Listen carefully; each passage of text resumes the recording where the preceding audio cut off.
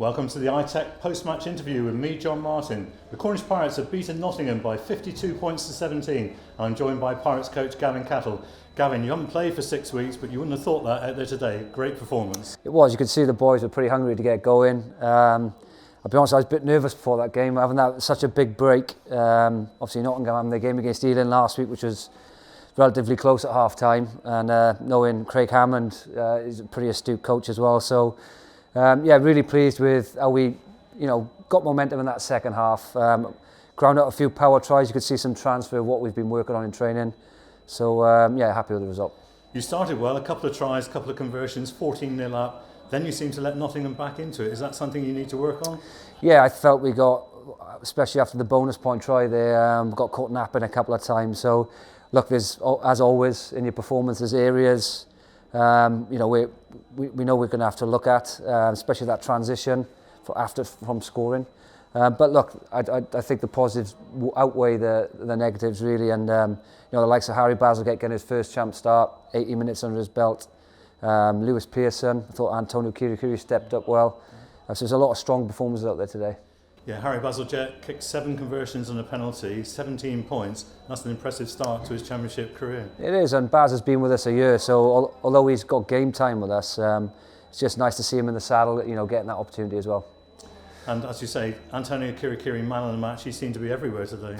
Yeah, he was. Some real good defensive impacts and attack, and some of the close quarter stuff that's not recognised sometimes.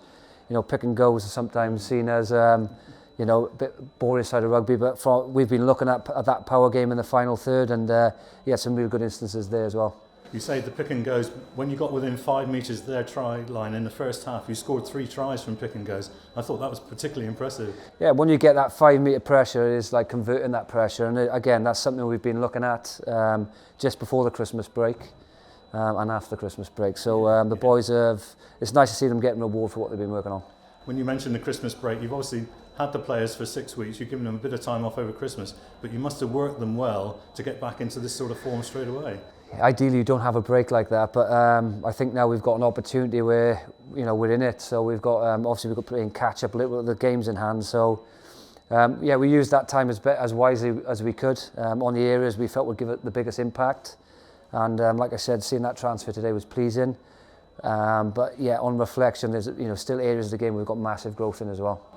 One particular part of the Pirates game that I'm impressed with is the back three. You've got different players you can slot into those back three positions, but they're very exciting. They've got such pace. They have, and over the next 4 weeks there will be changes in them positions because the competition's massive for that for them positions there as well. But it's good to get a different combo out there today. Wedders and Cirques. I think AJ's been playing extremely well this year.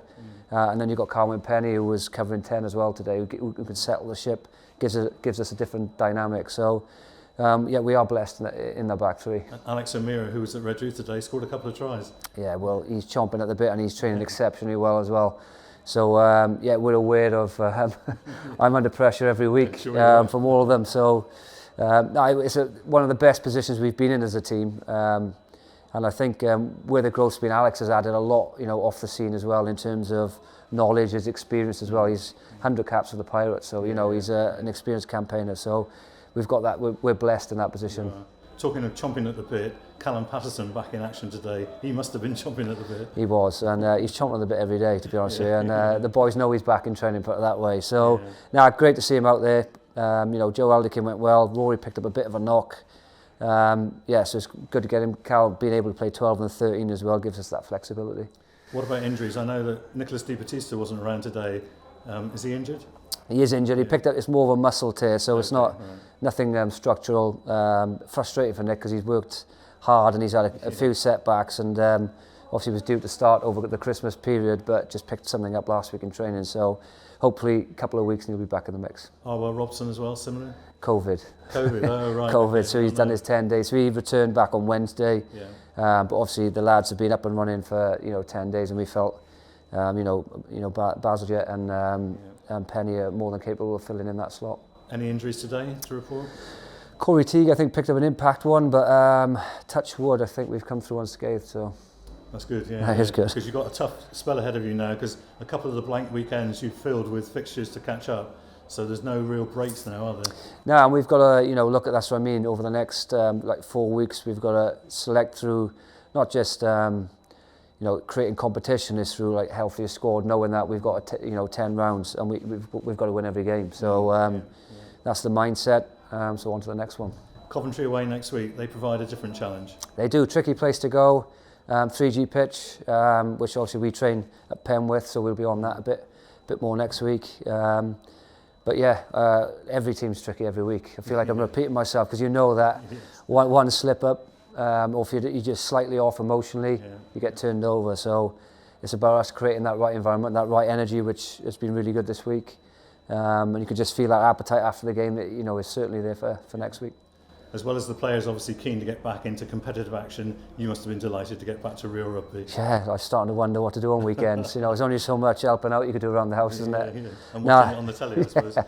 Yeah, it's lovely to, first off, I'll be honest, I was a little bit frustrated with some of the skill level, but the boys haven't played for 40 days. And I was delighted in the second half then that we got our act together a little bit. I felt we were excitable around ruck time, picking through the middle when we didn't need to run that middle third, which caused us a bit of strife in terms of pressure. But really, really happy with that second half as well. Yeah, things certainly went well for you today, Gavin. Thanks very much. Everything you're doing is working well for the Pirates. Well done. Cheers, John. Thank you.